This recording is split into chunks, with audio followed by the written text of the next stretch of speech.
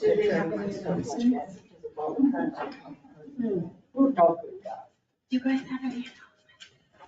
Oh.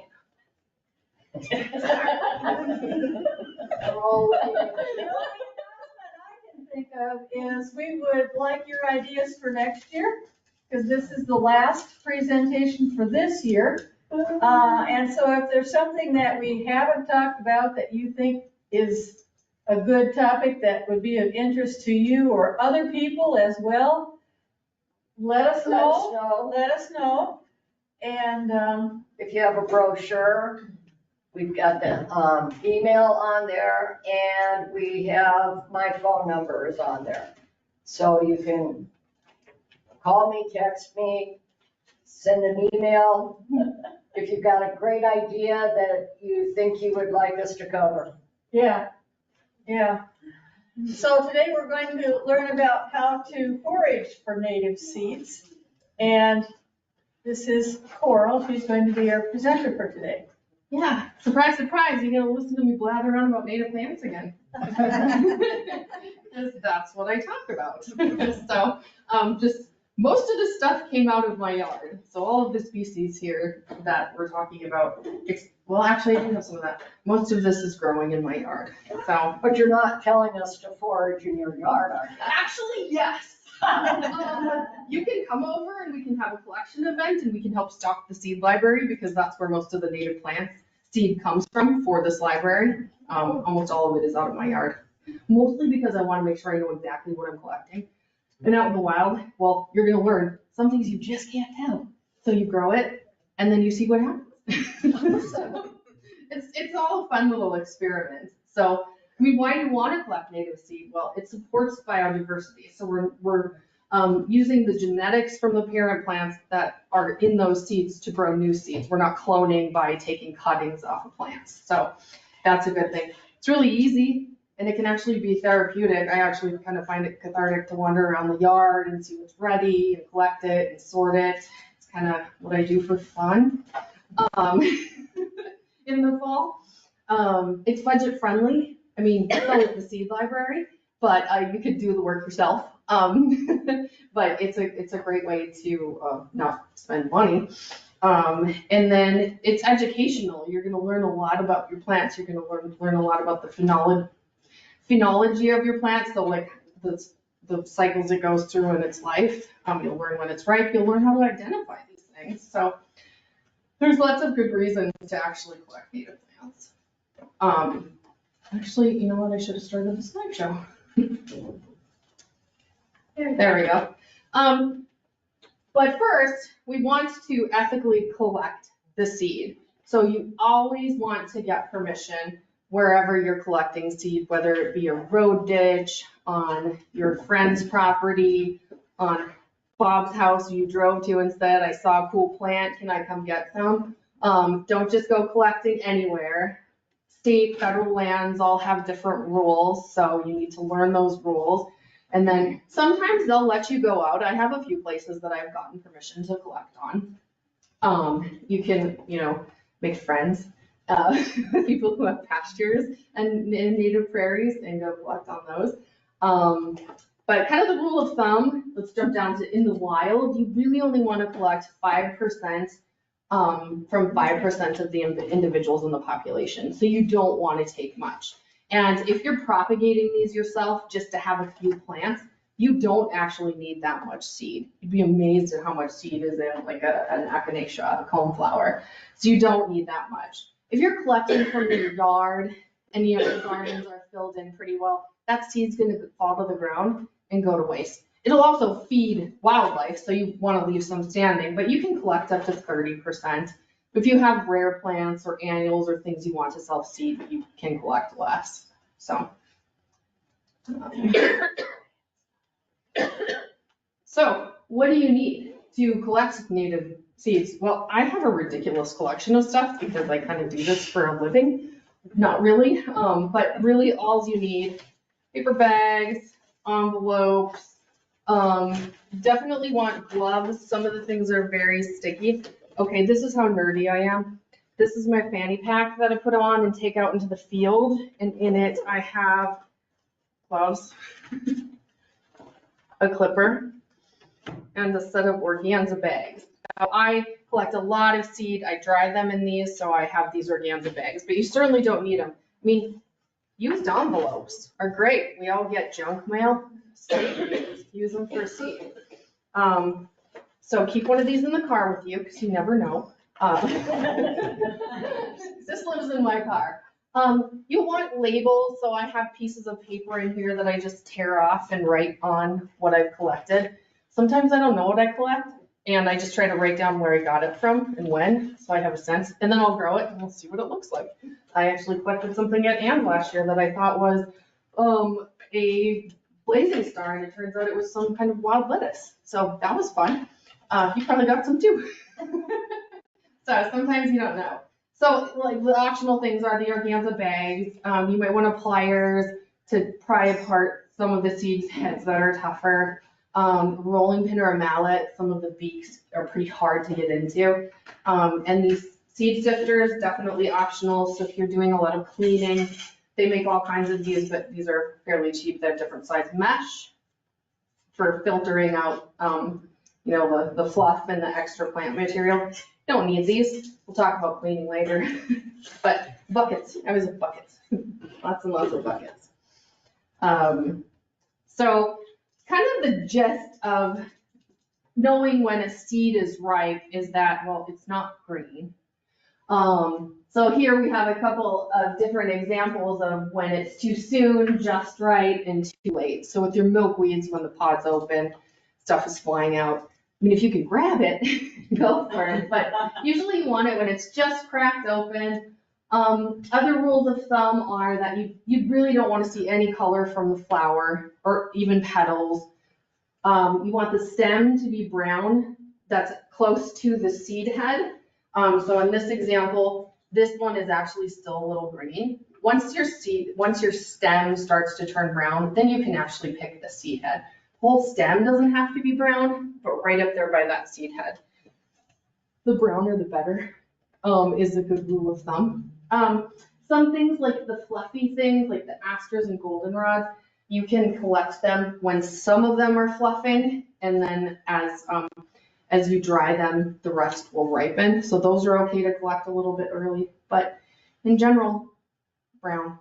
There's a couple exceptions. There's some weird things like berries and eliosomes that might be bright red. We're not really gonna get into those. They're very difficult to propagate. They're just weird and hard, and I don't know enough about those yet. So once I learn, we'll do a whole class on that.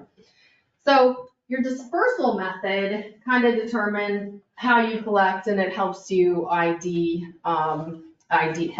your plants. So, the fluffy heads are gonna be a goldenrod or an aster.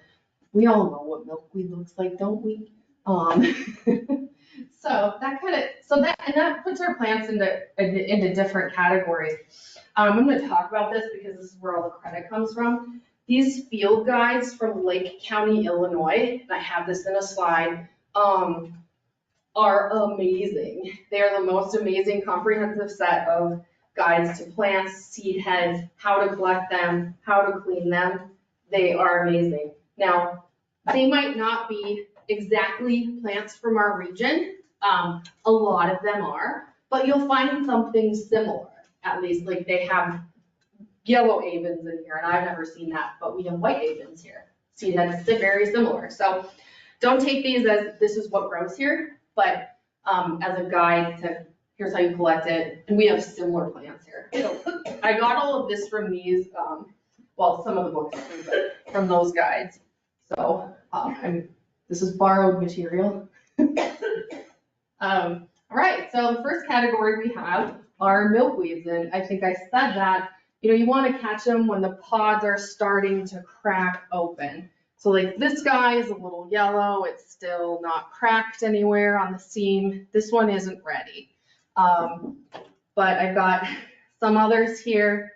You can see, and I'm gonna pass these around so you guys can get a closer, or we can wait till after class and you can come look at them. What would you rather do? Probably After? Okay. So you can see that this one is slightly cracked. So that one can be collected. They don't have to be completely brown and shriveled up and dry in order to collect them. They cracked, they're ready.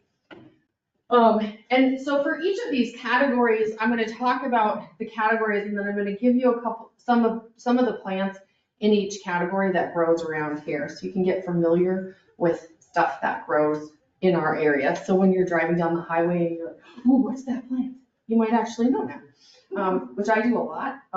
It might be a little dangerous because I have a problem. Okay, so one of the most common you'll see around here is this whorled milkweed, and it has a very, very small diminutive stem and leaves, and it's got these skinny seed pods.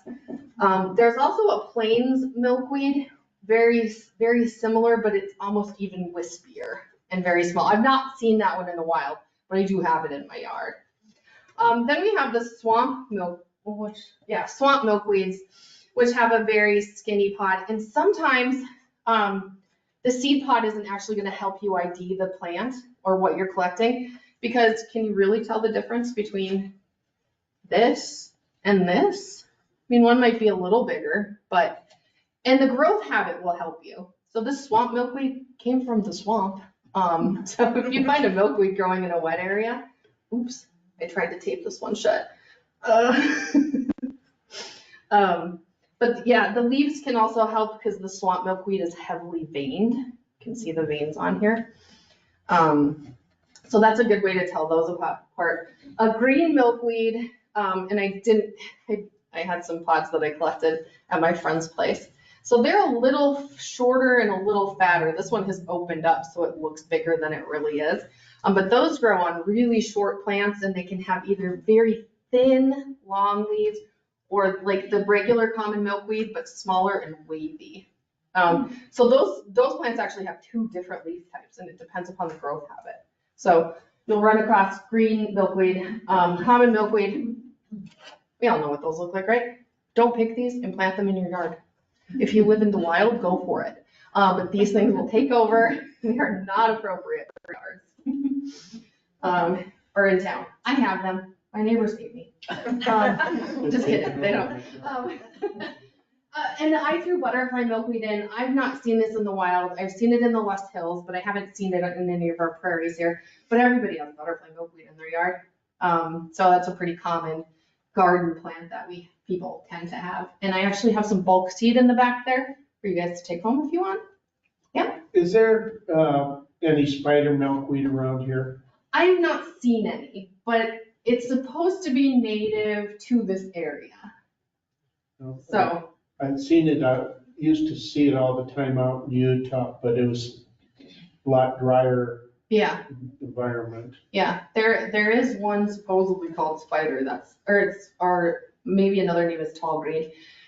Thing about common names is people use them differently, so that's why I have the scientific names up there. So I think there is supposed to be, but I've never seen it. Maybe further east or west where it's drier. Okay, so those are the milkweeds. The next category we have are the shatters. So your seed is ready when you touch the stem and they just fall off. Most of our grasses are the shatters, and we have a couple like round-headed bush clover, the stem with these cute little brown balls on them. They have seeds that will fall out of these. Brought a couple examples to just show you the difference between ready and not ready. So this one is just starting, just has a little bit of brown on it, but this one is getting really brown. If you see them when they're gray, that's probably one from last year, and seeds may or may not be viable. Another shatter are the puccoons. So there's Gromwells, and there's hoary puccoon and fringed puccoon.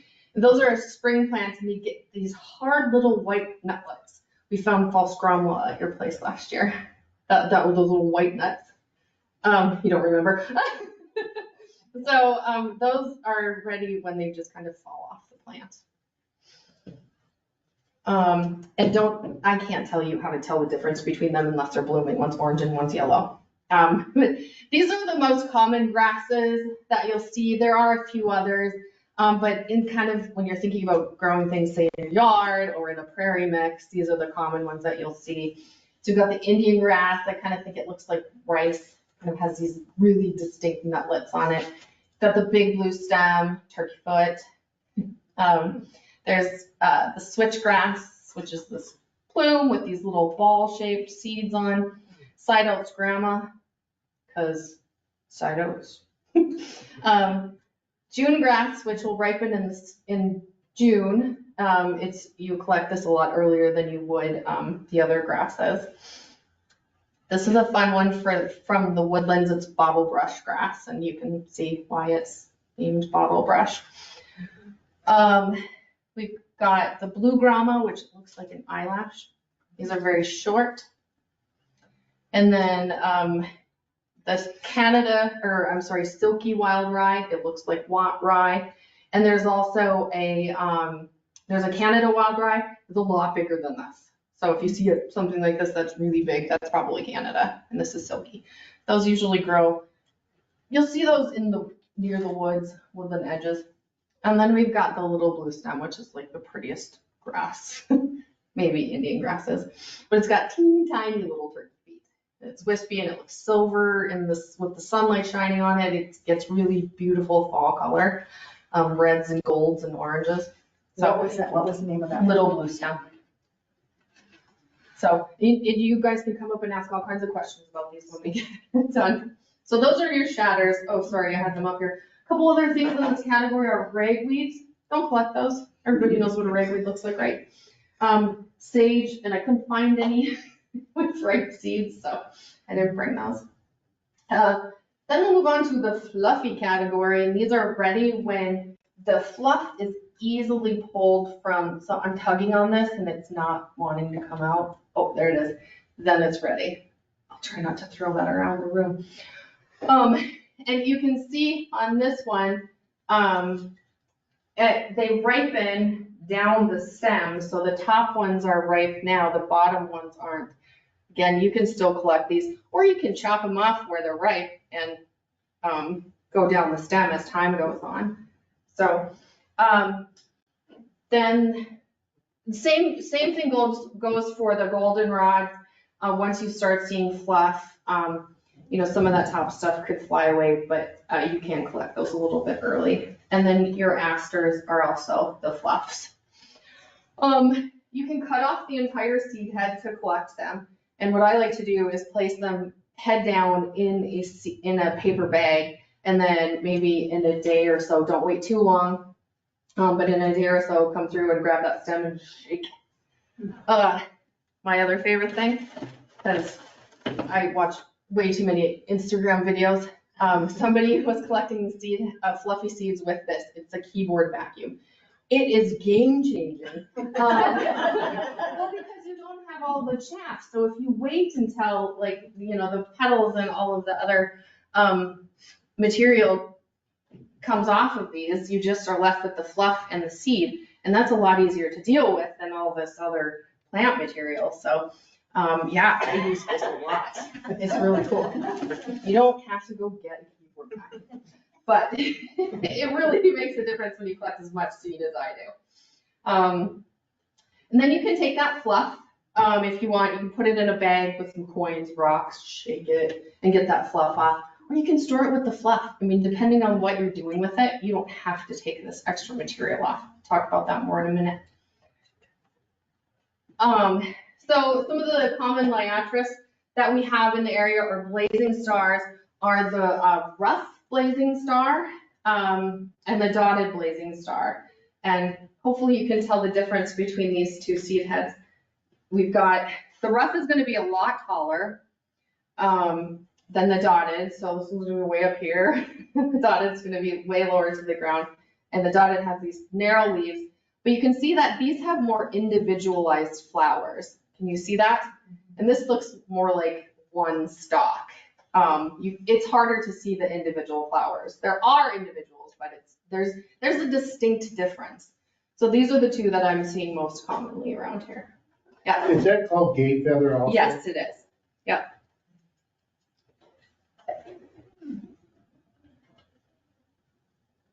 Or blazing stars or gay feather. Yeah, depending on which part of the country you're from. Gay Utah? No, They call them gay feather? I'm from here, Oh. actually, 3 miles north of town. Okay. They just expanding that road. Mm. They wiped out a big patch Oh. of that. Or just, No, sometime during the summer. I Oh, used to yeah. live down, Yeah. along Johnson Bridge Road, okay. and right at that turnoff is where it was. Yeah, that's sad. So some of our common goldenrods that we have here are the field goldenrod and the showy goldenrod. These, and some of the things I'm talking about today too are more appropriate to have in your yard than in the wild. So, these two goldenrods, good for the yard. They're not super spreaders. They're not aggressive and mean. But, this is the showy. It's got a single stalk. Usually in the wild, there is a single stalk growing from the ground. They won't be branched out. The field goldenrod actually it's curved, it's slightly curved, and all of the flowers are on one side of the stem, on the upper side of the stem. So you can see the difference there. This one kind of got smashed in the bag the other day, but, see the difference? Okay, these are both pretty short, maybe less than 3 feet. Oh, another thing about the showy is often their stems will be red. Sometimes field will have a red stem too. Sometimes if showy is really healthy, it will branch out, but it has to, like all the stuff in my yard looks like this. All the stuff in the field looks like this little one. So if you get a good environment, a healthy environment, not much competition, they might get crazy. Here's another one, and you can grow this in your yard, but it is a little aggressive by rhizomes. This is the stiff, and you can tell this one, the leaves are very stiff, kind of feel like succulent leaves, and they have an umbel-shaped head. You see that umbel? Like a yarrow plant, or what else is an umbel? Don't pick these. I don't know if this is Canada goldenrod or Missouri goldenrod, but these are two you don't want in your yard. You can have them in the wild, you can have them in your pasture, in your prairie, in your ditch. Don't collect these. So I like to kind of call these Sideshow Bob, Simpsons reference. They just have this mop head. Don't collect anything that has the super moppy head, because those are aggressive. Carl, do you know which one is Nebraska's state flower? I don't. Which one of those? Oh, no. Which one did you say was the one that's on your left? The one that, This tall one? Yeah. The Missouri or Canada? Missouri or Canada? Yeah, I don't know how to tell You you. don't know for sure. No, I think that might be it. I didn't bother to learn because I don't want it in my yard. So, the next we have are the asters, and honestly, I mean, besides this one being really tiny, they kind of all look the same. They're nearly impossible to tell apart. Use the leaves, that's gonna help. Smooth blue aster has smooth leaves. It just says goldenrod, Solidago. So all of them are. Oh, Solidago gigantean. Oh, okay, that one I didn't talk about. It must be giant goldenrod. Not familiar with that one. Anyway, the asters, are tough when they go to seed. So really, you kind of want to like be out wandering around looking and trying to catch these guys when they're flowering so you can see the color. You want to make sure you see them before the leaves die because it's just difficult to tell them apart. The heath aster has teeny tiny white flowers, teeny tiny little puffy seed balls. So those are kind of easy to tell apart, but I mean, this aromatic aster is blooming right now, so I know that the stuff that's done blooming is not my aromatic aster in my yard. But they're just hard. If you see these cute little fluffy Mine is purple. purple, yeah. And this one is, it's purple, not as purple. What's that? Or it's the mildew, mildew. Downy mildew. Downy mildew on the bottom. Yep. Leaves, about 6 inches. Yeah, oh, all mine have that. It's been a bad year. So the thing about asters, learn your asters before you collect the seeds. Figure out what they are. That'll help. Okay, then we have cone heads, and those are your echinaceas, your sunflowers, the black-eyed Susan or the Rebecca. And those basically have a cone head and you kind of have to dig into them to get them separated. I was so excited I found this compost plant the other night. The fun part about these are that they just kind of crumble apart, but the plant material in the middle is not actually the seed. It's I won't use the nerdy science words, but it's the petals on the not the way outside, but between the two levels that are actually the seed. And they look, you can tell which is the seed once you start digging into them. So we've got compost plants around here. This is rosin weed. It's actually not native to our area, but I found it in a pasture. It looks very much like cup plant, which has a very square stem. And is very, very tall and will grow in wet areas. I've got an example of a stiff sunflower. So this is different, or this is very similar. It's similar to this where those seeds, no, this one has seeds throughout, sorry. Your cone heads or your cone flowers, you really have to dig into these to get to the seed, using a plier or a butter knife or something to dig into. They will crumble out, but a lot of them stay in. And then Coreopsis is also another one that is in that family, and those have like a pretty tight clusters of flowers, and they look like a teeny tiny little sunflower, and that's what their seeds are kind of like. So, what else did I forget on those? So you can cut the entire head off, and then if you need to, especially with the echinaceas, put them in a bag, beat them with a mallet or something to get the seed to come out if you need to. And a lot of these other ones will fall apart and pretty easily. So let's see, I just talked about all of those. I can't even begin to tell you the difference between most of the sunflowers, and I know like 2 of them. So those are not something I've tried to ID. Again, those are pretty aggressive in the yard, so haven't gotten to know too many of them. Next we have crumbly cone heads, which are those that you kind of, if you run your hand up the stem, they just crumble into your hand. And these are the most fun. Actually, shatters and these are fun because you walk through the prairie, you can just grab seed heads when they come off and you throw them and spread them. And you can collect these just by, again, ripping the seed heads off and throwing them in a bag, and then they don't actually require much cleaning. You can clip the whole seed head and throw them into a bag, but really it's just easy to strip them off. So we have cone flowers, Rotibita, the gray-headed and the gray-headed or yellow versus the long-headed. Ooh, it's falling apart. So the long-headed have their scientific name is Rotibita columnifera, because they have this column here, versus the gray-headed, which has this kind of more of a round ball. So these have the yellow flowers in the summer, and then, so you can see the difference between the 2 heads. Another good way to tell these guys are ready is that they've already started crumbling. So if they have a hole in them. And definitely, leave some of these standing for the birds to eat over the winter. And then, we have the anemones. So my friend likes to call these little sheep, because once they're ready, so like this one isn't ready. These also have kind of a column. They're cylindrica is their scientific name. And when they start to get fluffy and turn into little sheep, then they're ready to collect.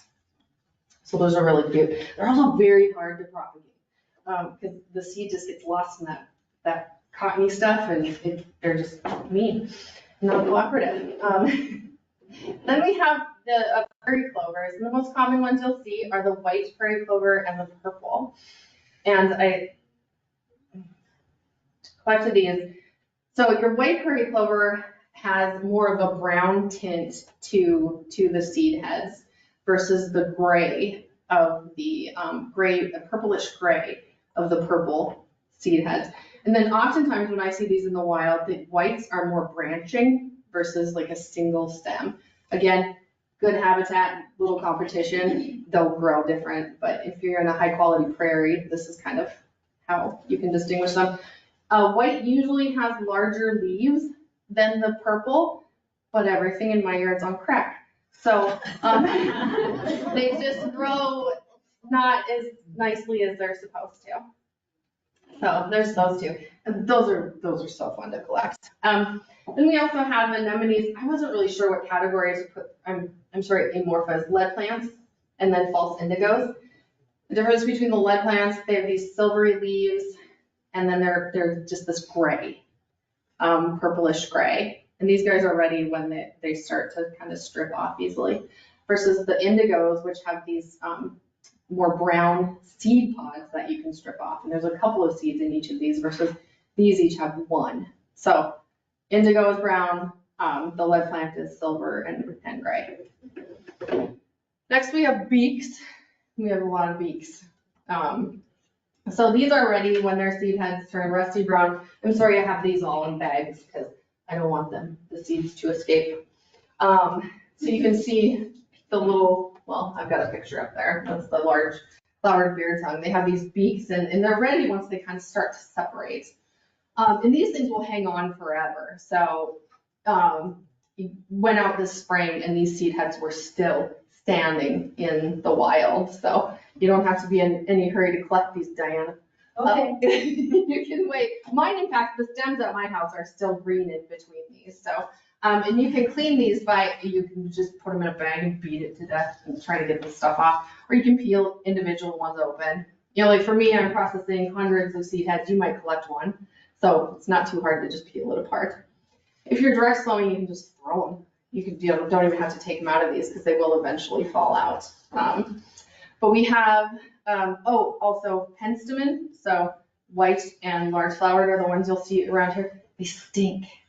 So if you store them inside, just make sure they're in something open so they don't stink the place up. I wait till they're really, really dry, and I didn't even know they stink. So that was something I learned from a webinar. So we've got the penstemon, the large flowered and the white. The large flowered have these much larger beaks than the white. The white's also a much smaller plant. These are much taller. Milk vetch, Canada, and cream milk vetch. I swear I've seen it down at the lake, so I think there might be a couple. No, these are not the vetches that are mean and aggressive and invasive, but they get these cute little, these tight little clusters of beaks. And then you can just cut the head off and shake out all of the contents. And then a couple others, tall cinquefoil. These, you could be deceived, but they're not as hard as the penstemons. So they're much more crumbly and not as hard, and they're a little bit smaller, but they're kind of similar. But they are also smaller and less beaky, if you will, because that's a word. And then I'm having a brain fart here. St. John's wort has a tiny little, or not super tiny, but it has a small little beak, and those get 3 or so feet tall. Next, shakers are ready when you can hear the seeds rattling around. The seed head will turn brown. So each of these flowers has like this tube-shaped calyx that has the seed in them. Some of them have 1, some of them have 4, some of them have 50. These are easy. You just tip them over and dump them out, and so they don't require cleaning. So those are your monardas. The bee balm, or what other name do people call them by? Horseman. Yes, yep, there's that. And then there's the verbena, the hoary vervain, which you think is a weed, but it's not. These will have purple flowers, and then the flowers bloom up the stem. They're super cool, but they get these tall, long seed heads. This one isn't ready, it's still pretty green. And then we have anise, the hyssop. I haven't seen any hyssop in the wild here, but it's definitely a plant that we grow in our yards. So that has this column, and this one is still in different, it's interesting because they're kind of different stages. At this side, it's more brown. So the whole thing isn't ripe yet, but I picked it. Why would it be only one side that's brown? The sun. Oh, of course. And this lives on a boulevard, so it gets brutal heat from the street. Columbines, those have the beaks that you can shake out, and I have a million columbines in my yard because these things just self-seed. So this is a fun one, delphinium. So I'm out on the prairie, and I was like, that is weird, that looks like a columbine. I don't know what this is, I'm going to pick it and grow it. Because I don't know what it was. And once I grew it and saw the leaf shape, I was able to, I see it, and I'm like, woohoo, this is exciting. So if you see something that looks like a columbine out on the prairie, not near any other columbine, and it's just got this tall stem, it's probably the delphinium or the larkspur. So, and these will grow on the prairie too, but you'll usually see them at the edges, and they're much slower and bushier and have multiple branches. And this is a 10-petal blazing star. These usually just bloom in the evening. This guy's been blooming because it lived in my fridge last night. And these have really big shakers that actually kind of sometimes bust open like a milkweed, but you can either shake them out or scrape the seeds out of here. So these are growing, you'll see these out at the lake. So more shakers. And then we have hitchhikers. Everybody knows about hitchhikers. They're ready when they attach to you or your dog, and you bring them home. You don't really have to clean these. So a couple of ones that I've seen in the wild here are the desmodium. And they get these seed pods that have multiple, I don't even know what to call this, multiple individual pods that break apart, but they're usually in fours. They get this fluffy little head, and they definitely, actually I collected a lot of these because I was in a patch picking this stuff, and I was covered in this when I was done, so I sat in the garage and picked them all off. So we'll have these in the seed library next year. Another fun one is wild licorice, and you may think these are cockleburs, but they're not. There's a huge patch of these along the highway out on 121 out to the corner. And so, yeah, these all, they're like a dual, they're a shaker. You can hear the seeds in there too, but eventually these will dry up so much and the seed will fall off of them. So wild licorice is a fun one. So not all of the burrs out in the wild are bad. Virginia stickseed, Hegelia, bear's lice, you don't wanna collect those. You're gonna when you're out in the wild, but you're gonna wanna throw those in the garbage after you pick them off of your clothes. But those are another one. Yeah, don't collect those. And finally, we have ballistics, and unfortunately, I don't have many of those because a lot of those are spring plants where they have a hard seed head, and then they open up and they shoot their seeds out. There's really cool videos on YouTube. And I should have embedded one, but I didn't. So if you want to collect these guys, you need to use, like in this picture, I have one of the organza bags over the seed head. And actually, this is one I just clipped off from my yard last night. This is a wild petunia. You can also, so you can use these seed bags, or you can really pay attention to them. And when that seed pod starts turning yellow, tan, right before it explodes, you can collect it, put it in a paper bag, and then you can listen to it go off like popcorn in a day or so. They're kind of cool. So those don't require cleaning because they've exploded out of their seed pods. So violets, prairie violets, are in that category, your phlox. So those, I mean, it's just one day you think they're gonna be ready to pick and the next day they're gone. So you really have to pay attention to those. I bag those up too. Partridge peat, I think most people have seen that. It's often in the ditches. It's a plant that grows in newly disturbed areas. It has a yellow flower, and then that little pea seed pod, those kind of twist and explode. Geraniums, so we have some wild geraniums. And I I have the seed, you'll have to look at them, but they get these little coils and they open up from the seed pod like this and just fling themselves. They're really cool. Oh my God, I'm such a nerd. Okay, and I think I mentioned the eliosomes and the berries. We're not gonna talk about those, but if you do pick berries or any weird seed that looks black or just seems unusual, really, you have to plant those right away. There's all these processes, a bird needs to eat them and poop them out, ants need to eat them and bury them. They're a lot of work, so we're not gonna talk about those, but dig into. There's a lot of them in those field guides if you're interested. So if it's one that the bird has to eat, then how in the world do you propagate it? Yeah, those oftentimes take multiple seasons. So like right now I have a bunch of refrigerated seed and those will eventually go out when it freezes and it'll take, they'll go out over the winter and get cold stratified and then they need warm time to actually put their radicle down and then it takes another whole year for them to grow. So it just takes time. It's So- not that they won't grow, it's. Right, right. They'll grow a lot faster if you get it out of some bird poop.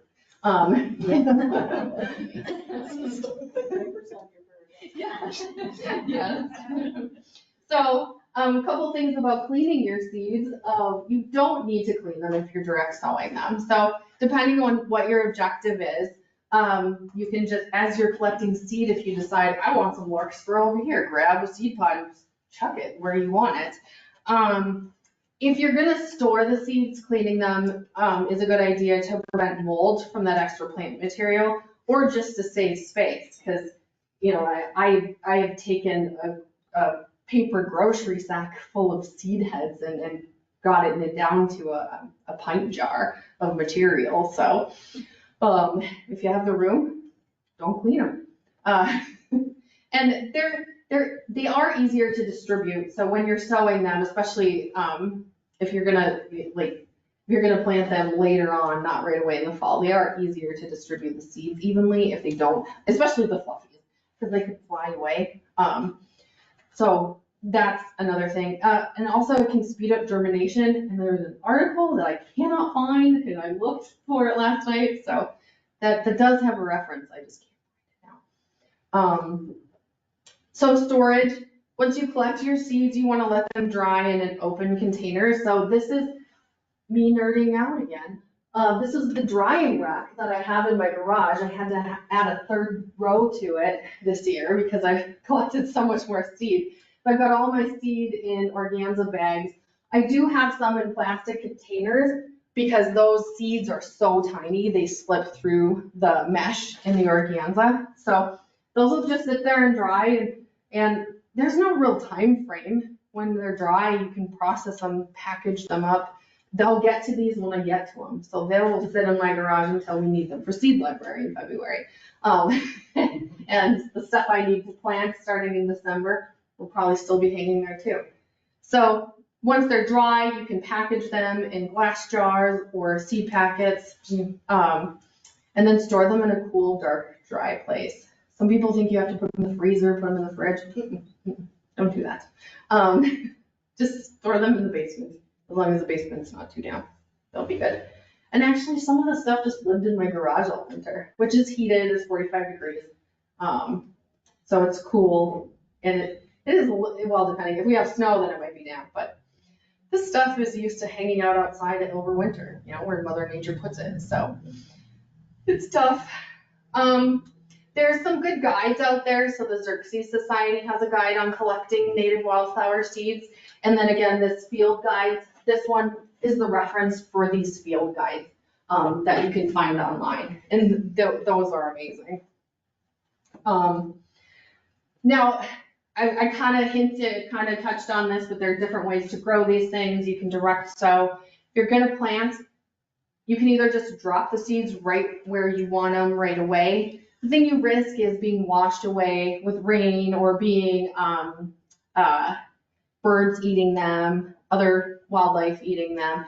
So what I like to do is wait till we get a snow, let it snow a little bit, and be the crazy lady in your neighbor's yard broadcasting seed during the snowstorm, which I have done. But having some snow on the ground lets you see where you've seeded. So that gives you a good idea of your distribution of seeds. So I like to wait till there's snow, but I also like it to be snowing so that the snow covers it up and the birds don't come by and eat it all. And then, you wanna, well, I'm gonna talk about this on the next slide. So other ways, there's indoor or a greenhouse. If you have that, like I have a grow room in my basement, honestly, these plants just do so much better when you just grow them outside. They don't want to be grown in a greenhouse. You can do an outdoor nursery. So Wild Seed Project has some guys on. You plant them in pots and you set them outside and put the hardware cloth over top of them. So they're getting all of the moisture and the cold stratification, but they're still a little bit protected. So, you put the mesh on there so the mice can't get in, the birds can't get to them and suck all the seeds out. And then there's winter sowing, which you were probably all here for my winter sowing workshop in February, so you know about that. But SDSU now has a guide on their extension page, and you can go back to our seed libraries and watch that. If you are going to plant these things and not direct sow them, you need to know about stratification.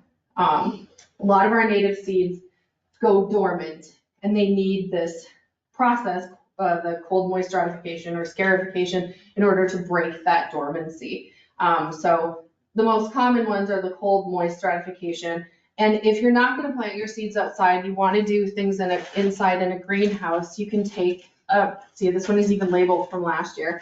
You can take a plastic bag, get this paper towel wet, sprinkle your seeds on it, and get all the air out. Label it when you need to take it out of the fridge based on the number of days of stratification that it needs. And then put this in the fridge in the vegetable crisper. I think they do better in there. More humid, less humid, I don't know, more humid. And then take it out on the appropriate date. Don't forget them for 2 extra months and leave them in there. Definitely done that. But that's a good way to give your seeds cold moist stratification if you're not gonna do it outside. All of our seed packets in our library have that information on it, what kind of stratification it needs. You can also get that information, Tom Clothier has good information online, and then Prairie Moon Nursery, for all of the seeds they have, they tell you what they need as well. Another scarification some seeds need is to physically have that seed coat removed. So you can rub the seeds between 2 pieces of sandpaper. I have specialized equipment, sanding blocks. I do this on my kitchen island to get the kitchen dirty in the winter. Removing hulls. So a lot of the things like our lead plants and the purple prairie clovers. If you're gonna plant these inside, you'll have better germination if you take those seed hulls off. And you know how you do that? You sit in your recliner with a little bowl and the tweezers, and you pinch each of those seeds with the tweezers until they pop open. It's really fun. Or you can actually, I do this, Kathy, for real. I believe you. Sure. You can also sand those and get that seed coat off too. So that does work for some of the hulls. And then there's hot water treatment, where you actually just pour boiling water over them, let them stand overnight, and then the next day you can plant them. So if you're going to grow your seeds indoors, you need to know what type of treatment your seeds need, and then apply that, and then you can plant your seeds. If you're planting them outside in the winter, just make sure you're planting the seeds soon enough. So if something needs a 90-day cold moist stratification, don't wait till March to plant it, because they're not going to germinate. They might germinate the next year if the birds haven't eaten them all. They haven't washed away. So, any other questions? Okay, I'm done. I didn't think I was gonna get through this in an hour. So this is just my favorite slide, and I end every show with this. I do. So besides these great guides from the Field Museum, there are a handful of books. So this Tallgrass Prairie Center and the Prairie and Seed. This one's fantastic. There is a second copy of this book that is trashed in my car, so I'll keep it with me. But at all times, this one is a good book for also picking plants. It's got a lot more information than just about seed heads, but this one usually has good pictures of ripe seed heads. a lot of resources, they might show you the ripe seed. Well, really, it's the seed head that's gonna tell you what seed you've got if you're looking at a black ball. Like, knowing what the seed head looks like is a lot more helpful. So these books have been great, these field guides. There's this seed heads. This is really just a pretty coffee book table. That's great. You have this one, Marlos? No, I don't. And then, this, if you just wanna learn more about plants and plant parts and leaf shapes and, cause I could have said all kinds of weird words today, but, if you really, Thank you for not. if you wanna learn more about that, this is a pretty good book, to learn about more botany. So, any questions? Everybody is overwhelmed, right? Yeah. Okay, but now you can go out into the field and know the difference between white prairie clover and purple prairie clover. I mean, obviously when it's blooming you can, one purple and one white, but right now. So come up, explore the seeds. Ask questions. If you had access to a prairie, you could label these with little flags in the summer when they're blooming and then go back in the fall. Yep, like Dan did. If you're organized. If you're organized. No questions? Well, you did a great job. Okay, thank you.